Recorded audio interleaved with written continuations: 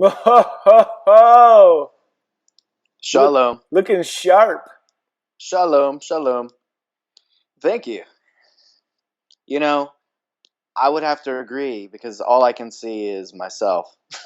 Oh my God. I'm just kidding. Said Michael Scott. I would agree if I could see you. You can't see me? All I see is myself. All right, here we go. There you. What? We were close there for a second. It's coming. It's coming. Oh, there you are. Dude, you got your button-up shirt on, though? You could, go meet the president today. You never know. You never know. You never know. You have a jacket on? Is it cold there? I'm a little chilly this morning because yesterday it was 80, so I got a little acclimated to the heat, and then it went back to normal, which is a little chilly. Yeah, was it pretty warm outside cutting down trees? Yeah, it was. It was warm. And then we went out to the river. My kids swam as I went spearfishing in the water. Did you I was going to say did you catch anything? But did you spear anything? Yes. You did? Yeah. How many? There was a lot of fish, but there was only 2 big enough that I liked. So I got a 15-inch steelhead and then probably a 12-inch steelhead. What does steelhead mean? I mean, obviously it's a kind of fish, right? Yeah. Okay. They're really good. So I fried them up last night. Did you? We did some couscous and some fish. It was good. Man, you sound like a hipster. This is how we roll. I don't know what's hip now, but that's just what we eat. So where's your beard, hipster? I know, really, right? Dude, I can't even grow a beard. Can you? Yeah, kind of. Up top here. Jeremy, sometime we should try to grow beards. Oh no, not my thing, dude. And then get on here and compare them. Oh my gosh, I can kind of grow like a Fu Manchu beard that's all stringy and nasty. Yeah, I've seen pictures when you used to have that. Oh, thanks. Here, you're just gonna have to entertain everyone for 6 seconds. So just talk 6 to seconds. Yep. Okay. Go. All right. When Tyler returns, we're gonna give him a little test because Tyler does not know how to pronounce my last name. At least last time we talked. So we're gonna find out here when he sits down in the chair. What do you think? Here he is. Okay. So Tyler, I have a question for you. What's up? What is my last name? It's Jeremy M. Okay. What does the M stand for? Okay. I'm gonna give it my best honest shot. I've been friends with Jeremy for 3 years, and he's never answered my question of how to say his last name. Oh yeah, I wasn't gonna tell you. So I think it's Mangerchine. Excuse me? Mangerchine? Close. Mangerchine. That sounded like Mangerchine. sneeze. Yeah. Did I get it? Yeah, the first one it sounded like you were sneezing. Shut up. But what I really want to say is, how did I say before? Mangerchine or something like that. Okay. Well, here's the thing. Here's me with facial hair. Yes, there you go. Looking sharp. Okay, it's not too Asian-y, Fu Manchu. Dude, you look older then than you do now, and I'm guessing that was probably 8 or 9 years ago. This is a long time ago, and the facial hair does it for me, bro. Everything I do, I'm young. I was the first chaplain at my hospital. I was the youngest person to get published with Destiny Image and stuff, and I'm tired of being the young guy, so I like facial hair. The only problem is the rate or the amount of time, the amount of occurrences by which my wife and I are intimate goes down dramatically because she hates facial hair. Really? Yeah, she hates it. She says I look scary. That's enough to shave your face 5 times a day. Every day I'm shaving my face. All day, every day. Yeah, just keep a razor in my back pocket. Yeah. Just some shaving cream, lather up, and get the bad boy taken care of. Dude, totally. One stray hair, all my attention goes to that. It's over, dude. It's over. A little bit of. What about a little 5 o'clock shadow? She might think that's a little bit sexy. Yeah, maybe. Maybe. Not so much. I don't want to risk it, Jeremy. I don't want to risk it. Yeah, that's a line you just stay away from that line. It's like you don't want to cross it. No. No, it's funny because you and me are like line pushing type of guys. Like if there's a line, it's like But when it walk up to comes it. to intimate with your wife, we don't touch that line with a 10-foot pole. We stay away from it. Yeah. It's like I will stay 1,000 yards back behind this line. You know, I know I know we're talking about wives, and last week we joked about sex and everything. But on a serious note, dude, arguing with your spouse is like the least fun thing ever. All right, tell me about it. Why? Well, I mean, me and you have talked about it before, just how I need to know because I don't argue with mine. yeah, you guys are No. perfect. You guys Yeah. never have problems. No. I know we joked about that last week too, but like, I don't know, man. This is that terrible, terrible feeling of like this person that you've given everything to. You and them are at odds, and I know for you, you said it before too, but like it just feels like when that's off, everything's off. Like it just feels like my world is crumbling to pieces. Yeah, that's how I feel too. And I feel like it's supposed to feel like that. I really, really do. I mean, if you think about it, if you're truly united and you're truly one, right? Like we are, that's how it's supposed to be. So when things aren't right relationally, when something's kind of off kilter a little bit, you shouldn't feel good. I mean, Totally. you should feel like, okay, something needs to be resolved. Now, I mean, because I don't want to remain in that state because literally it's horrible. And I don't mean that to glorify being in a horrible mood and having a bad day or anything like that, but you better believe that if someone that I'm united with for the rest of my life, if relationally we're going at it for whatever reason, if I said something stupid and offended her or vice versa, whatever, we're in conflict, man, it's hard to focus on anything else. Dude, it's terrible. It's so not fun. I know, and it's hard to interact with other people too. No, I can't do anything, bro. Like praying is hard. Pretty much all the Holy Spirit focuses me back on is, hey, how to deal with this problem. What's what's my portion of what I need to take care of? Yeah. It's like, hey, you remember that thing you said? Yeah, you're gonna have to own up to that. Go back and apologize. He's like, you want to talk about something else? Let's talk about this. Yeah. Oh, hey. Miracles are great. Everything, yeah, great. Totally. Ministry, awesome, good. Glory realm. That's nice. Yeah. Go make up with your wife. Oh yeah, how about your heart there, buddy? Yeah, totally. It's like I can't pray. I can't do ministry stuff. I can't. I basically can't do anything that involves my heart at all because it's just beat to pieces until we get it figured out, And then totally. And then things start to roll again smoothly, but. Well, I mean, that's what I hear. I wouldn't know. Yeah, you totally. I'll enlighten you. Say thanks.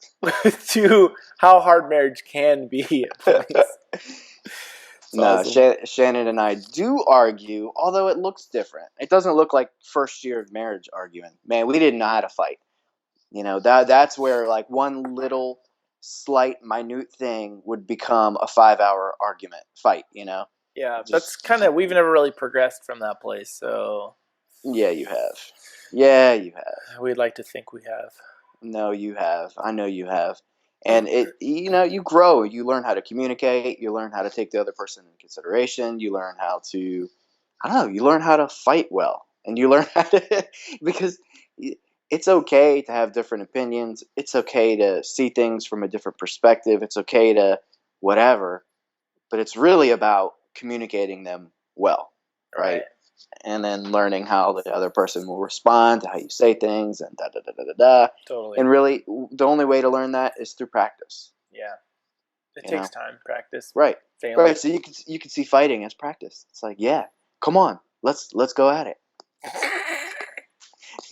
I'm gonna grow out a goatee and see how you react. Then we can figure it out. you know how that will react, apparently. Yeah. Well, how that will play out. Speaking of facial hair, how about the guy living in the cave, snuggling with bears? Yeah, that's a fun one. Can you talk to me about that a little bit there, Tyler? Well, I mean, you might or might not know, Jeremy, that for years we actually taught on the Maha Reshi of Mt. Kladesh, but okay, first off, I have to say there's a book by Sundar Singh. It's called Heaven and Hereafter. And Which neither one of us are endorsing the book. Yeah, we can endorse it by being brutally honest in both honoring it and just telling the truth about it. But I picked it up the other day.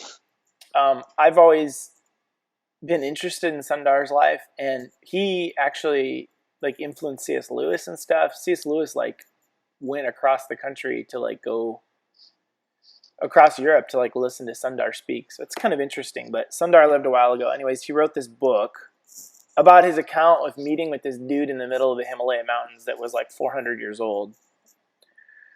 And Jeremy and I both read it, and it was like the first 10 to 15 pages are like amazing. Well, excuse me. Yeah. Technically, I read 3/4 of it. Yeah, you're like half, right? Yeah, a little more than half. You read like the good half. I did. I read as I would read any other book. Yeah, most likely. Yeah, unless yeah. it were okay. Which means, like, you read like a dozen pages, and then that was it. I get to the point, and then unless it's absolutely captivating, unless it's like a story or something where it's just drawing you through all along the way, yeah, and you know you're hanging on to the seat of your pants. Does that happen a lot for you when you're reading books? Not usually. Yeah, I didn't think so. No, fiction, but I don't read a lot of fiction. So, did you ever read The Life of Pi? No, I saw the movie on the way to India. Oh, man, the movie was a joke compared. The reason why the book was so good is because the guy is just a phenomenal writer. He's so good. Yeah. But like, what fictions have you enjoyed to that degree where you're clenching your buttocks? Not that many. There was a while when I was a bachelor living in a condo filled with surfboards and garbage. Sounds great. I was reading John Grisham novels. Really? Yeah. So funny. I wouldn't think that you'd ever put the time into any book to read it for more than a dozen pages. You would think. I know. Right? That's why I write pamphlets. I love them. I'm like, why in the world would anybody want to read more than 150, 170 pages? Well, see, here's the thing. When I read your books, I'm like, this ain't a commitment. This is nothing. When I pick up like a big book, I'm like, I have to make a commitment to this book. Oh, see, I don't do that with books. No, I'm just saying I don't like to make a commitment to a book. No, man, I'm not exclusive. I'm not going to see one book for the rest of my life. Yeah, I want to be able to pick it up. You're not going to be monogamous in your book reading. No. I mean, give me some pleasure and entertainment for like a couple hours. You're going to play the field. Huh? You're going to play the field. Yeah. With the books. I mean, yeah, I want to give people a gift. I want them to be able to pick it up, enjoy it, and get that pleasure for about 3 to 4 hours. Yeah. And then be able to move on and be done with it. Yeah, we good? Yeah, what? Did you do anything on your end? Yeah. My wife called me. Oh, that will do it. It was all, you've been put on hold, and I was like, where did he go? So are we still good? We're recording? I don't know. I don't know what happened, but we're recording, so we'll figure it out. Well, hopefully, are we going to be able to keep that first part? Because I was enjoying our conversation. Yeah, we'll keep it, dog. All right, good. Okay, what were we talking about? You're talking about your short books. That's all. Oh, yeah. I mean, come on. Most people don't finish books. Most people don't remember what in the heck they read, but I can't see you, Tyler. Are you serious? Still? I can't see you. Where's that beautiful hairless face? Come on. Let me say, there you go. There you go. Looking sharp, my friend. Okay, yeah, books. But we definitely got off on a rabbit trail because we were talking about the Maha Reshi dude, living 300 years, living in a cave, snuggling bears to keep warm, living off the sustenance of the land, berries, and all kinds of other weird stuff for forever. Not having shoes, having fingernails many, many inches long. His hair was so long that it went down to the ground. Come on, say this. Huh? Say this. You think I'm messing with your... No, he had eyebrows. He had eyebrows that like covered his whole face, remember? Yeah, that's they like crazy. Grew out all like long.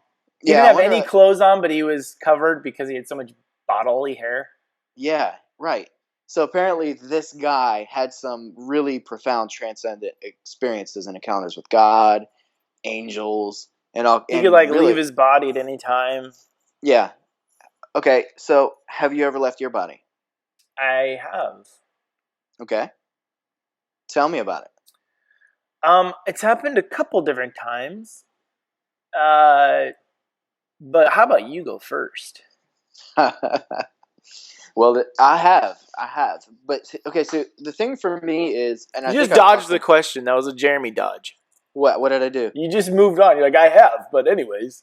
Well, no, I was going to paint a picture and give you some context. So, okay, so for me, I didn't come up in a background where like I had a grid for this kind of stuff, Neither right? did I, So, bro. right. So I didn't hear about, anything weird or supernatural or whatever. And if I did, I'd probably be like, whatever. Yeah. I wasn't into like superheroes either, which is, it seems like, the starting point for some people. They want like superpowers, like a Oh, superhero. They totally. want to be able to be Yeah. invisible or like have a cloaking device or something. Not me.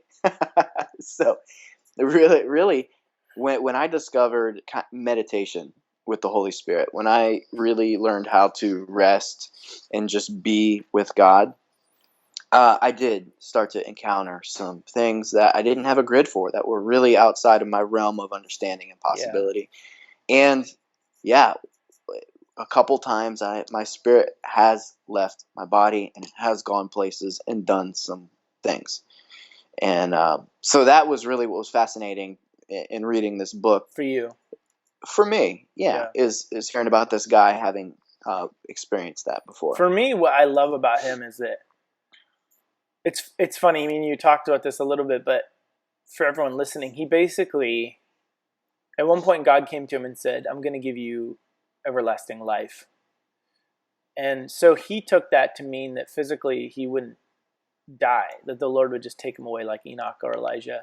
Yeah, and he So, also said that God yeah, came and said he was taking away his sins. yeah. It like right. Then the next paragraph, he said God came to him and said, "I'm gonna take away your sins." So like for me, I teach on abundant life and that healing and dead raising and everything is for the purpose of life, like health. All of it points to us living on earth and being victorious for God while we're here. Right. And so it's an important thing for me. This whole thing of living long is really important. Mainly because I don't think that we're living out what God has destined for mankind. If sin came through Adam, Jesus is the second Adam, and we can live. We don't have to like expect to die, all this stuff. And this guy had God come to him and tell him, you will have everlasting life. And then God came to him and told him something that we know as Protestants happens by faith, which is the removal of all sin. And so for me, it was total like evidence that by faith we can have obviously divine healing and resurrection power because that spirit lives inside of us, but also abundant life here on earth, not just heaven. So for me, it's really encouraging. And then the whole him leaving his body thing and everything, he was like an intercessor. He'd just go all over the globe and see what was going on, and then come back to his body and he'd pray. And like Jeremy said, when it was cold, he was in the Himalayan mountains, so it's like cold all the time. When it would snow, a pack of bears would come into the cave to keep him warm, and they'd just sleep with him. Do bears travel in packs? Is that what they are? They're a pack? I don't know. What are they, Jeremy? I don't know. I'm asking you. I don't know. I don't know. A family? Yeah, a group? Maybe a family. I'm not sure. Not a herd or a school, that's for sure. Yeah, definitely not that. Yeah. So okay. it was really good. It's a good book. I mean, that part is good, but Jeremy and I both felt like it kind of drops off the map after page 15. And which is where I fell off, and you kept going. I tried to keep going to see if there's any meat in the midst of all the bones, but there really wasn't much, and it was basically just different accounts of things that the guy had experienced, and much of it, Jeremy and I felt like was, what's the right word? Arbitrary in how he interpreted what happened. Yeah. It's kind of like he experienced things which were really profound and real encounters, but then where he kind of probably got off track a little bit was in his interpretation and the conclusions that he came to of his experiences and his encounters. Like he witnessed all kinds of stuff, but then he'd walk out of it with very different conclusions that maybe someone 300 or 400 years later would come to. And Yeah, that's what's so crazy, Jeremy, is how much we've progressed in the church in 400 years. Like, I know, I know. Even like that was about 100 years ago when they had that conversation, right? And yeah, that guy's saying, "Well, God came to me, yeah, and he said he was removing all of my sins." And you're like, "Me too." yeah, And good. you and you and you and you, and so like he thought that was like a super spiritual arrival point, that he Yeah, was like special. And that's what we all know now as just our inheritance. I mean, that's just something that is has happened, I like mean, we boom. take it for granted. It's so common, you know. I know. And that guy thought that was the key. And so that's really, it's really cool, and it's inspiring to me, because that's a guy that takes something like that and says, well, that's all I need in order to be able Yeah, to, yeah, and it's that aha moment. And he yeah, says, well, okay, well, if that's possible, then I'm available for anything and everything else. And as you said, it's we do all these things, and we receive all these things, and we experience these things by faith. And so that was like his faith at work. And so in that vein, it's really, really cool. And for that, uh, perspective, I really enjoy the book. And you said it really well when we were talking about it earlier, yesterday. You said that it's a book like that is not for, uh, how'd you say, it's not for renewing your mind, it's for uh, uh, inciting your faith, yeah. Or right? like encountering in your spirit. It wasn't a mind book. It wasn't a theological No, book. It was no. theologically bunk in my opinion. But Yeah, it was an encounter, and right. there's presence on it. I mean, it was good. It was so good. Yeah, and the reason I think it's important to talk about this is because, in a way, that's a giant metaphor for how God likes to work. Yeah, And there's a lot of things out there that maybe aren't theologically or doctrinally sound, yeah. but it doesn't mean that God isn't going to use it in your life to pull you into some pretty radical, life-changing stuff. Totally. I'll be honest. I think it's very, very rare that I see someone that is theologically off and God goes out of his way to correct them.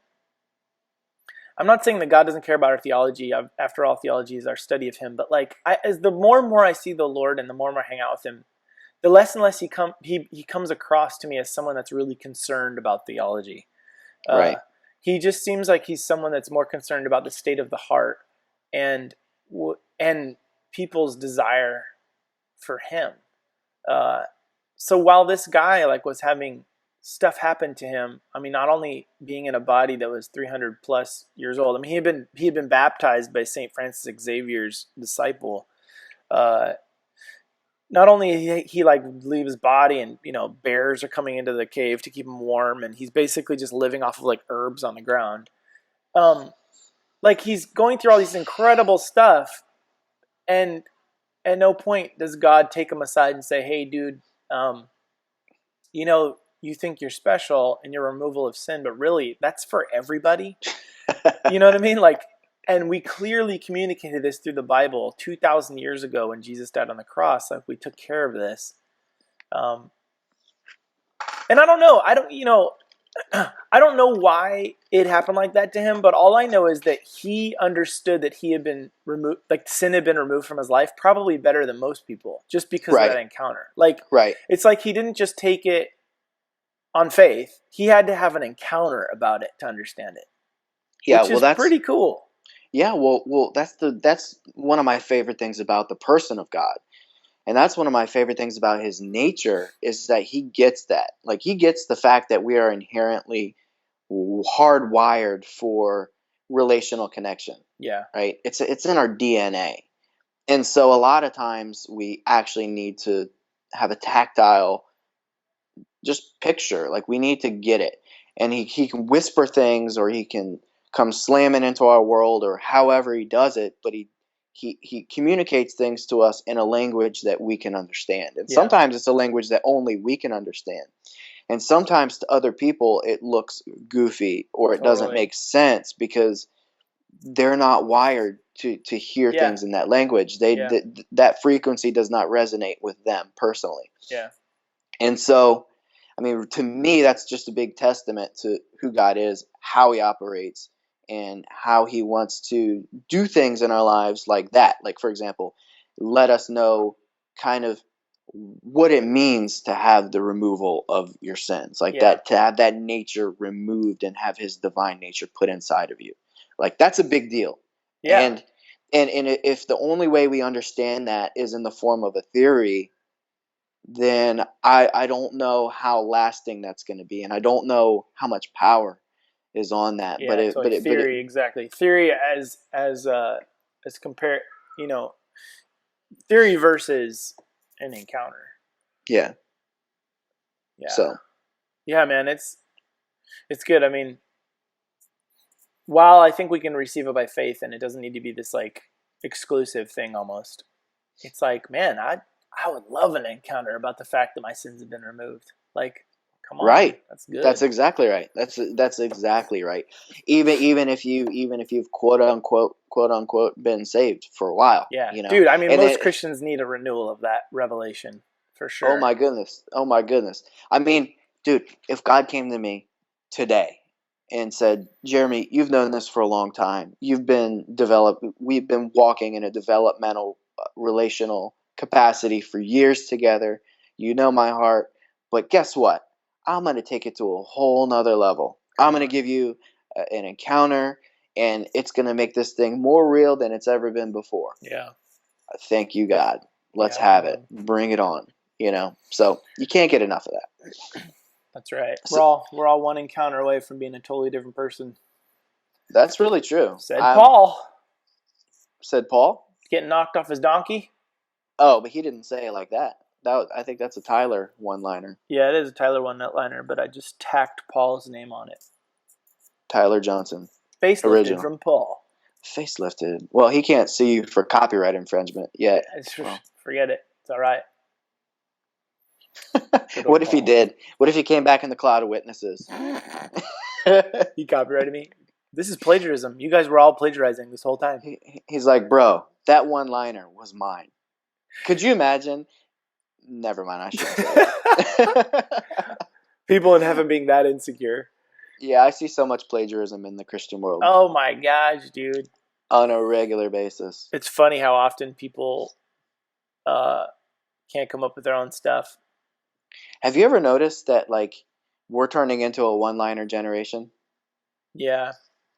And I have mixed feelings about that.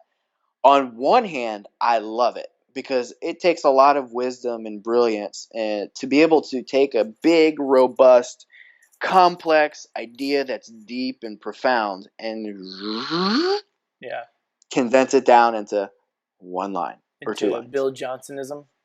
Correct. That's beautiful. But on the other hand, we're turning into just like one-liner, and they don't mean anything anymore. It's just like, and like, who can come up with the most witty one-liner? I don't know. Probably Tyler Johnson. Yeah, I could probably do one-liners, but I like to write, man. I like to like craft something with words. That's cute. So how's your book coming along? Love it. Tell me about it. Where are you? Okay, it's going to be, how many words do you foresee it being? Dude, it's huge. 90,000 words? It's a commitment, bro. No, it's way longer than that. That 90,000 isn't even a book yet, bro. That's like two pamphlets, like, hold on. Stapled together. Hold on. Slow the train down. How many pages was Stories of the Supernatural? That's your first book, right? Is that what it's called, Stories of the Supernatural? Yeah, I think it's like 160. Okay, that's 45,000 words. No, it's not. Yes, it is. No, it's not. I promise. Yes, it is. Sometime I'll look it up. No, look it up. Because trust me, because my first one was 172 pages. Your first one was way smaller than Stories of the Supernatural. Where is it? Yeah, let's pull out the books. Let's do it. Where is it? I challenge you to a duel.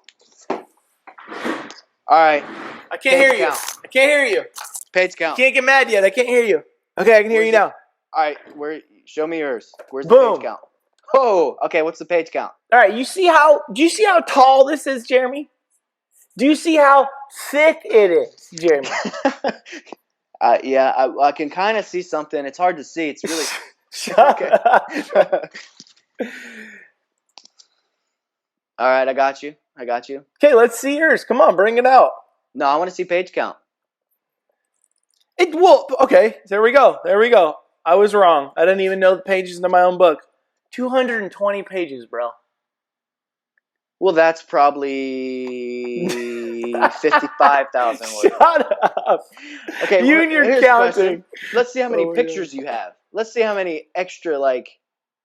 There's no pictures in this that would take up extra space. They're all at the beginning of chapters. Can you leaf through it? I actually want to see it. I'll send you a copy. Wait, what was that blank page? Oh, there's another blank page. Shut up. You were just gonna do How old were you when you wrote that? Let me see what year this was. This is like in 2008, I think. Whoa! Okay, pause. Yeah. All kidding aside, this is a good chance to brag about you. Okay? So. No. Let me talk. No, I'm saying what's up. Hit me with it. Oh. Okay, so you are a forerunner. Yeah. It just is what it is. It's in your nature. God's created you to do that. You're always going to be forerunning in pretty much everything that you do in life. And that book is an example of you being a forerunner. And the stories that came along in the book are from you being a forerunner, going out there with God in faith and just going for it. And so I love that. It's beautiful. It's crazy to think that in 2008 you were writing that book, or it was published. Either way, that was like what? It was 8 years ago. Dude, that was 8 years ago. Yeah. That was crazy. Just going for it. It was That's fun, really man. cool. It was like there was all I did really, honestly, this book was a total mistake. All I did was I went out to I was going to Walmart and different places like that. And yeah. This is before I'd been to Bethel or anything like that, but I got a conviction, honestly, that God wanted to heal the sick. Mm-hmm. And I decided that I was just going to pray for the sick until people got healed. And it took a little bit of time, but people started getting healed. And I would just go sit in my car in the parking lot of Walmart, and I would take probably 30 seconds at the most. And I would say, every time I would kind of go through the same thing. I would be like, God, I know there's people in the store that you love. Who's ready to receive your love today? And then I would get a picture in my mind, and then I would just go in and find the person. And, I would say 30% of the time I didn't find the picture I got at all. But when I did find people, it blew my mind. I couldn't believe that the creator of the universe was talking to me about someone in the store. Specifically, knew them so well that he knew what they were wearing, knew what their need was, wanted to involve me in it, and stuff started happening. And there was one time where I had been praying that God would I was praying totally in private that God would tear down demonic worship, satanic worship in our town, and that he would just exalt Jesus instead. And a week or two later, I ran into this lady with a pentagram on her forehead, tattooed on her forehead, with ooh, tattooed? Yeah, dude, right here. It was a hardcore tattoo, and it had horns. That's a commitment right there. Yeah, man. You're committed for life. It had horns sticking out of the pentagram and everything. Anyways, could you imagine the cover up? I mean, because eventually she's gonna want to cover that up. I just can't imagine what they could turn. You could turn that into a butterfly, maybe. A big butterfly and smack dab in the middle of your forehead. Dude, so the long story short is God just rocked her, and she gave her life to Jesus that day. And she was the high priestess witch over the whole coven, in our area. And yeah, dude, I was scanning the horizon for a tattoo removal place. I'm like, what do we do about this? Could you imagine her life? Okay, so she goes from this probably feeling like she's never been loved, wanting to be accepted, wanting all this stuff, stamping that in the form of a tattoo on her forehead. Boom! Encounters Jesus. Dang it! Woo! I'm so excited. Then the very next thought is, oh man, I can't go to any church like this. I mean, dude, seriously, it's like at like total joy, the bliss of being loved and known, Yeah. to absolute regret of I was so Oh. stupid to get this tattoo on my forehead. Yeah. You're like, well, we can pray for that too. I mean, Or there's were no you more public a place than right here. were you proactive? You'd be like, let me go ahead and pray for the regret. She's like, what do you mean? You're like, I'm prophetic. You're about to feel it right about now. Dude, She's like, I would have loved to pray that. I didn't think of it at all. I was like, what do we do? yeah, I love it. I love it. Okay, so all that said, your book So is 220 pages. That's about equal to what mine are. Okay. your books So- are not 220 pages. Yes, my last one actually was 220 or 225 somewhere. It's Yeah, either but they're 220 or like this tall and like this wide. 225. No. But okay, so the one you're working on is going to be like a phone book, right? No, it's not going to be a phone book, but it'll be big. It'll be big. You know what you should do? You should somewhere about 3/4 of the way through, just add a line in there. If you are still reading this, Email me and I'll give you $5. email me with this secret code word, ooga booga booga booga, or something like that. And we have an ongoing bet with Jeremy that no more than 3 people will ever email me yet. It was great. People will be like, "This is a great book." It was Yeah. great. Oh, yeah? No, it will be a big book, but part of me is like, I want people to feel like when they pop $15 down on the counter for it, that they feel like they're getting their money's worth. And that's not dictated by how many pages you have, definitely. Well, apparently it is to you. Longest bridge across water is worth more than $15. But yeah, I mean, I definitely. I'm not dictating the length by that, but there is a lot to talk about, and I'm needing to cover a lot of stuff. So it'll be big, but I don't know if it'll be any bigger than How to Raise the Dead. That's all. But this one, basically, I was just saying it was an accident. I just took stories like the witch lady, and I just would go home and write about them when I came back. Right. For like just journaling with God. Mm-hmm. And I was kind of recounting what happened, but I was also like just trying to remember it with Jesus. And that sounds like a book title, Journaling with God. Yeah, it does. I bet it already exists. Like 5 of them probably already exist. But anyways, and then we just I had like a Word document on my computer, and we just hard printed it out, hard copy printed it out, and Destiny Image said they wanted it, so that was kind of funny. It was an accident. Nice. I like those kind of accidents. Yeah, all my kids are accidents too. Those are good accidents. Mine are too.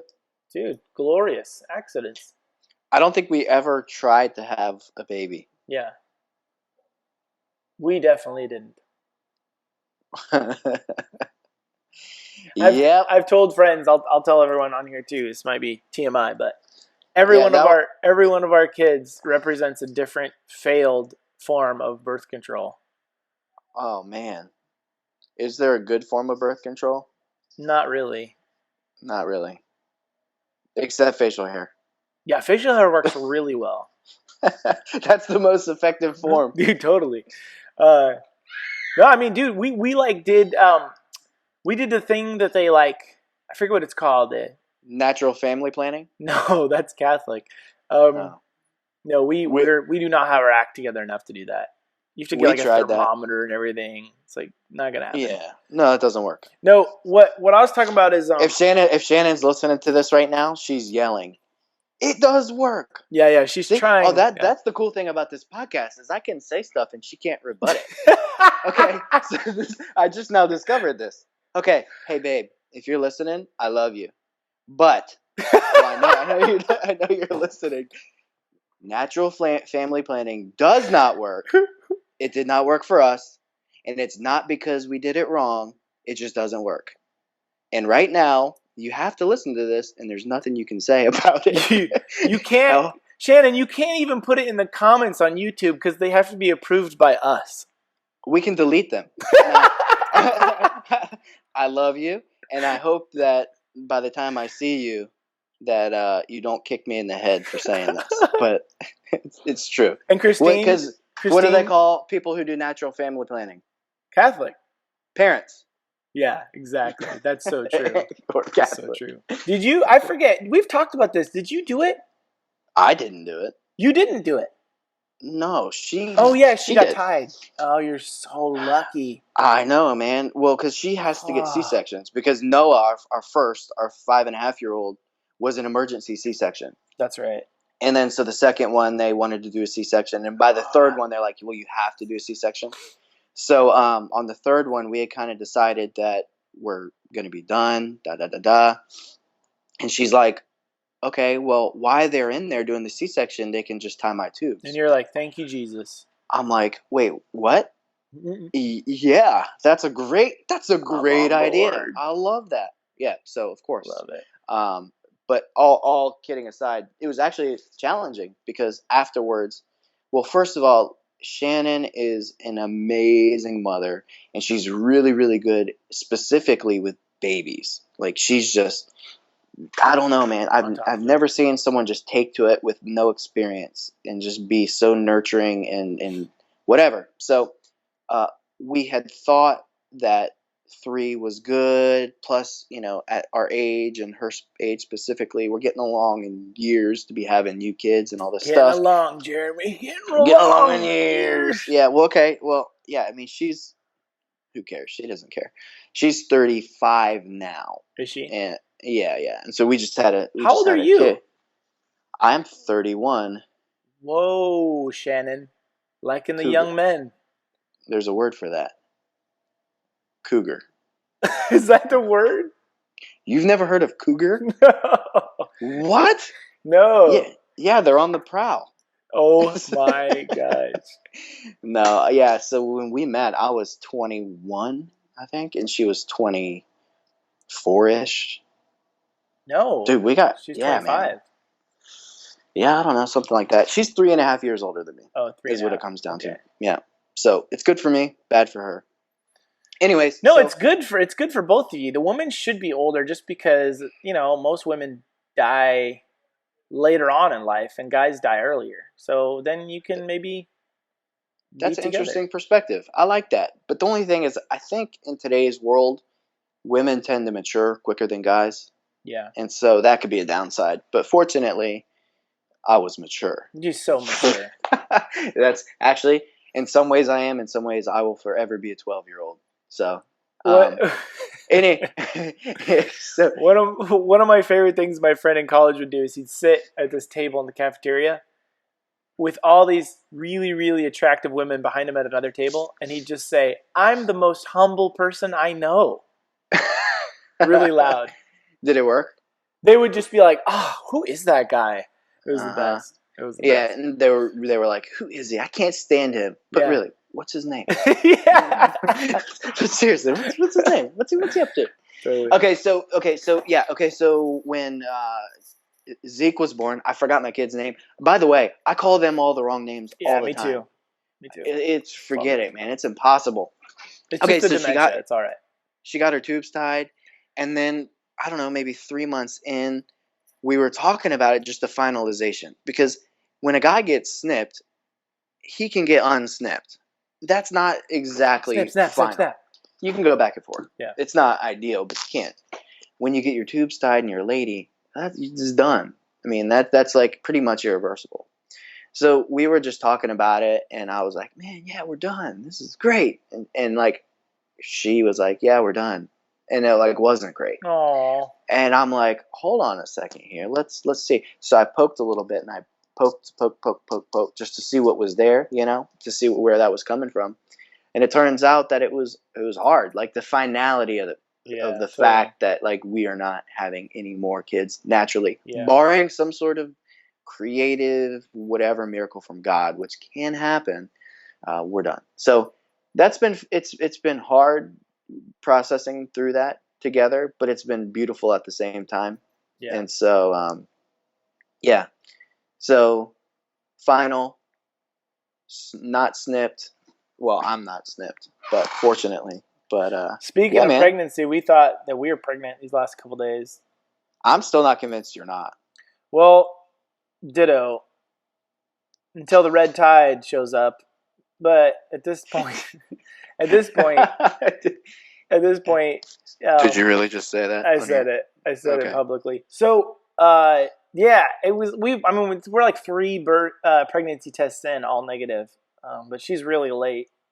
So, anyways, I really hope that she's not pregnant after this goes public. Dear God, this would be the worst way to tell people.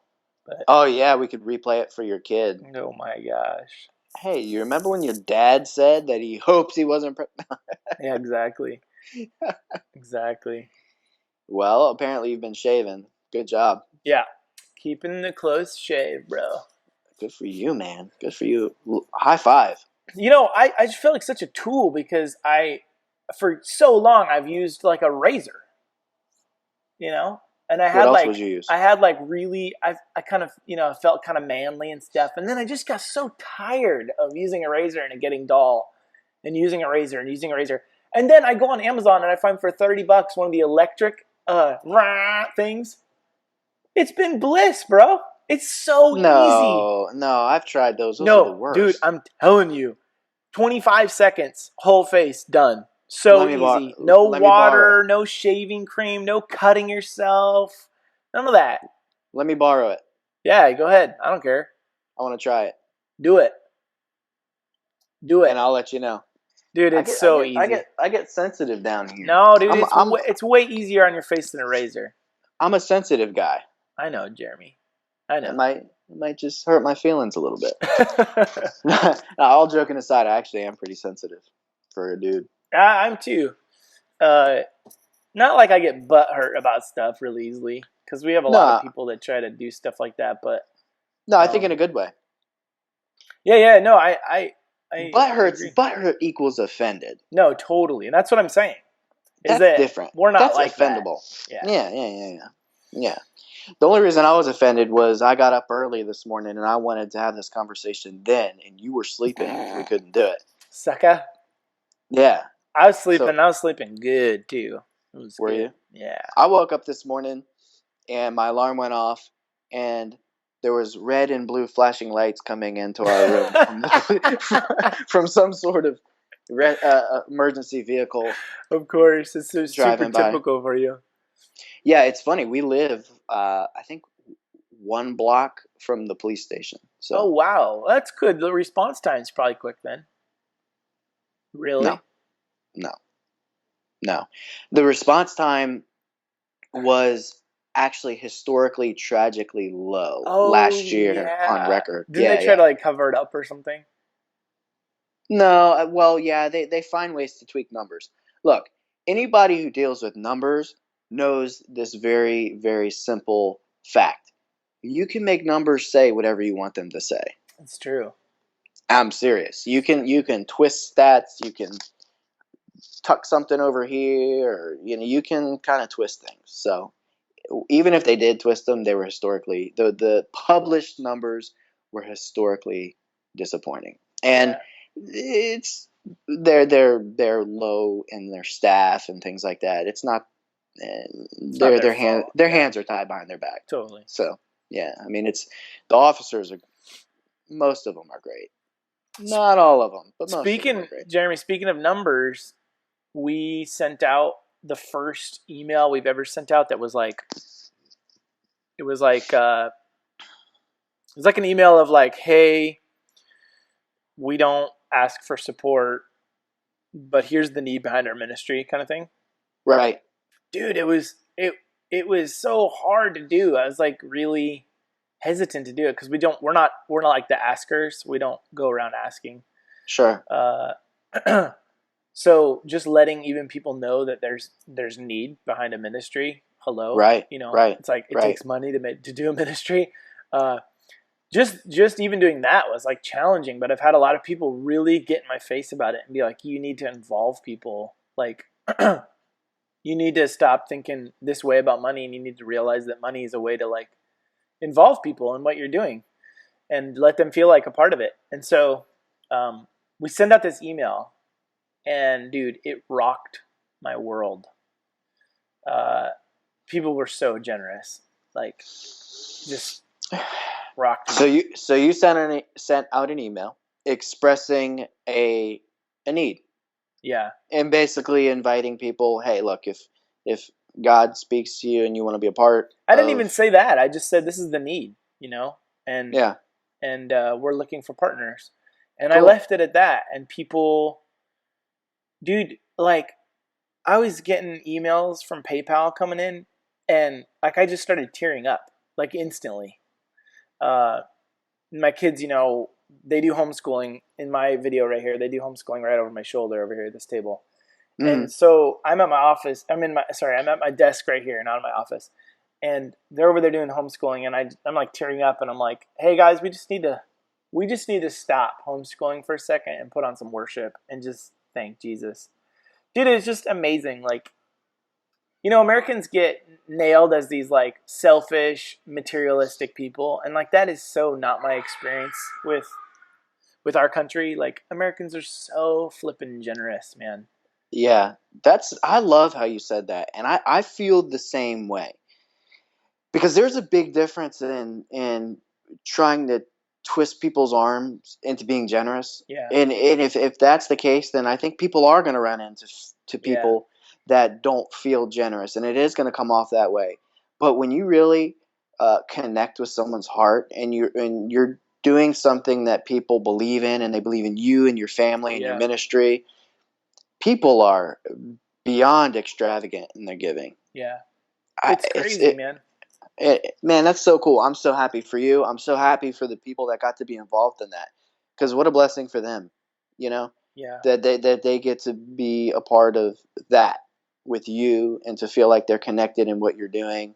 They believe in the message that God's given you and the person that you are, and being able to help fuel that machine is a beautiful thing. it was cool, man. It was super humbling, and like I've always said, money's where rubber hits the road. Like people can say we're with you, but when they actually give of their money, and money in many ways represents power, like our power to do stuff, to buy food, or to help another person, or to put gas in your car, or whatever. Like it's ability. And like when Hmm. people give that to you, it's um, it really shows how they feel about you. Like people can say all kinds of things with their words, but when they give you money, they're backing their words up, dude. They're showing you. It's I amazing. love it. I love it. I think one of the biggest guilt trip statements that I've ever heard, and I hear it a lot, unfortunately, is "Show me your bank account, and I will show you your heart." Yeah. Have you ever heard that? Yeah. That you hear that a lot from the pulpit, and I want to be like, awesome. Who wants to come see? I'll show you. I'll pull it up right now, right here. Yeah. Come on. Boom, boom, boom, boom, boom, boom. You know what it will show? We love people. Yeah. That's it. Like, what is money spent on? Investing in people, Totally. and Well, that and looks even, different. dude, even like I was thinking about the other day, like even a dad, say who's not giving to stuff, like, well, why is he working his butt off? He's working his butt off so he can actually take care of his kids. Like that's loving as well. Like That's providing, exactly right. you know what I mean? Like providing for your family, whether it be, can you see me? I can see you. You look great. So Super, what super happened? handsome. I don't know what happened, but all I know is we are back together Back. again. But yeah, no, like you were saying, giving is a weird thing, especially when you understand kingdom and you understand God's heart for generosity. It's it looks a lot different. I don't know why. I just keep picturing like a guy, and I wonder if somebody's going to listen to this and this is prophetic or something. But I just picture a guy who works hard for wages and gets money, and he's being guilted into not giving a certain amount to a church. But what the church doesn't know is that this guy uh, is extremely generous, and let's say he buys lots of meat, and he likes to smoke meat, and he smokes meat and brisket and all this stuff for people and feeds people in the neighborhood, loves the heck out of them, connects with people, starts relationships, and loves it. And that's to him a life of giving and generosity. His Totally. money goes towards that. And if you looked at it in a legalistic way, you'd be like, well, this guy isn't giving, whatever. But he might be more generous than anybody else we know, Yeah. right?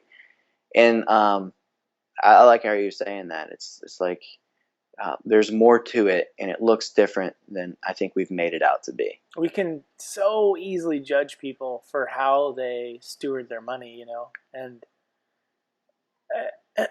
and dude, I've just learned, like, heck, this minister over here, wants a new car, or this guy over here wants a jet, whatever. Like, I've learned too many times of doing it wrong, of judging people, to make a call. I'm like, you know what? That's between them and God. Maybe I do or don't particularly feel called to give to that, but Right. But like, I just refuse to judge people how they spend their money. Like, dude, it's so funny. Like, everyone's got their stuff. Everyone's got their thing where they, like, there's some people that buy like sweaters for their dog, or whatever. And they look at us taking our kids out for ice cream, and they're like, "You don't need to do that." I'm like, "You don't need that flipping sweater for your dog." Like, we've all got stuff that we could point fingers at, because we all have different values for things that we get, value. So it's interesting. I don't think it's as cut and dry as we make it. No, it's really not. Not at all. And that's a really good point, because we do all have our things, and it's so it detracts from really anything productive when we do that, anyways, because that's taking our creative capacity being used to destroy other people in our minds, and it's taking away from actually being creative with God, doing things, and actually loving people ourselves. Totally. And all the while, it's justifying ourselves to ourselves, or trying to, and it doesn't even work. Yeah. But yeah, I'm like you. It's like, you see some things about, multi-million dollar this and multi-million dollar that by, Joe Blow this and Joe Blow that, and it's like, oh man, I used to judge that stuff so bad, and now I see it and I'm like, it doesn't really make sense to me. Right. But what I also have learned in my life, and this was so big for me, is realizing that as I progress with God, and when I'm in a different place with God relationally, or when He has me in a different place in my development as a human being, I have different vantage point. Yeah. And the way I looked at something 5 years ago there's a good chance that it's not how I look at it now. Yeah. And so some people doing some things with a completely different vantage point, who knows? Maybe I would look at it the same way if I was in their shoes, and if I was where they're at. Maybe not. Yeah. But either way, it's not my job to decide, and I'll focus on being effective and responsible with what it is my job to be totally effective with. Yeah. I won't say their name, but there's a well-known minister who has a vibrant church and stuff, and like, these guys are so generous. Like, they give all over the world and take care of so many people. And recently I heard that this minister bought an Aston Martin. And it's like, because I know their heart and because I know how generous they are, it insulates me from the judgment that he shouldn't have nice stuff for himself. Like, I don't have to judge that. Like, it's so fun to rejoice with people when they buy things that are nicer than anything I could ever afford. Like, there's something so freeing in it. And I just remember being like, good, that person should have an Aston Martin, like, and they should have a jet, and they should have all these other things that they want, because they're amazing. And it's just fun to stand back and, like, not judge it and not go, well, I don't have that, so they shouldn't have it. It's such an immature attitude. Like, when my kids pull stuff like that, like, well, Jacob's getting to go to the ice cream store, Dad, and I'm not, so I don't want Jacob to go. Like, that's not cool. Like, to rejoice with each other, like, when something cool happens, it's so freeing, even if we don't get a piece of the pie. It's just, it's just fun. It's a lack mentality. Totally. It's people thinking that there's a limit to how big the pie is. Yeah. Right. And so you're jealous because that person has it and I don't. And so somewhere along the way, it's us telling ourselves that, well, we can't have it, so we're going to attack the person that can have it. And then we're going to justify it by calling it somehow spiritual that I'm attacking you. Yeah. Right? And calling them out on their sin. Yeah, whatever, dude. Whatever, right? But the fact is that all of us could get an Aston Martin. Really. Yeah, it's like shift your thinking, first off. Shift your thinking. Like, we're all in this thing together. First of all, if something good happens to somebody in our family like that guy, we should be happy that something good happened to him. Dude, totally. Right? I don't know his heart, or her heart, his or her heart. But I doubt it's Heidi Baker buying an Aston Martin. Could you imagine her driving that thing around Africa? She would hate it. Oh my gosh, Heidi would hate it. Oh. Be a convertible with it would have to have some mud tires on it. Dude, totally. And a Gatling gun on the front. Yeah, that's how Heidi rolls. Gatling gun.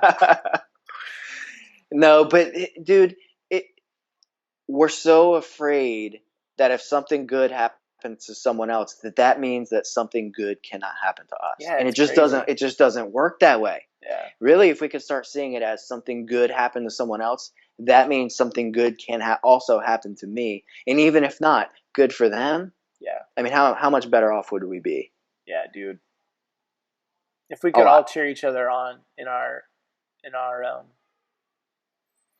moments of victory instead of get jealous. Like, anytime I feel jealousy well up inside of me, it's always an indication that I need to go straight to Papa's lap and look him in the eyes and say, what do you have for me? Right. Like, not bitch and complain about what this person's got over here. And try to find reasons why it was wrong for them to have that, or what they're doing that I don't agree with that got them the thing that they've got. Whatever, all that thinking is whacked. It doesn't help any life enter into you at all. But all you got to do is go to Papa and just sit on his lap and be like, okay, remind me again of the plans to prosper me and a hope in the future that you have for me. Remind me. And the moment you get a grasp again on what God has for you, nothing else matters. Everyone else's blessings, you can rejoice with them because you remember again, oh yeah, I have this unique destiny and calling that's totally set apart from everyone else. It's different and it's blessed and I'm happy to be me.